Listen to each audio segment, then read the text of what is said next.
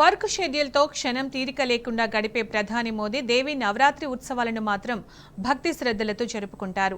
గత ఏడాది దసరా పర్వదినాలపై కవిత రాసిన ఆయన ఈసారి ప్రత్యేకమైన పాటను రాశారు. గర్భాపై సాగిన ఈ పాటను గాయని పూర్వ మంత్రి ఆలపించారు. దీనికి సంబంధించిన వీడియోను ఎక్స్లో షేర్ చేశారు ప్రధాని. అమ్మవారి శక్తి, దయను కీర్తిస్తూ రిలీజ్ అయిన ఈ అవటి కలయ పాట సోషల్ మీడియాను షేక్ చేస్తోంది.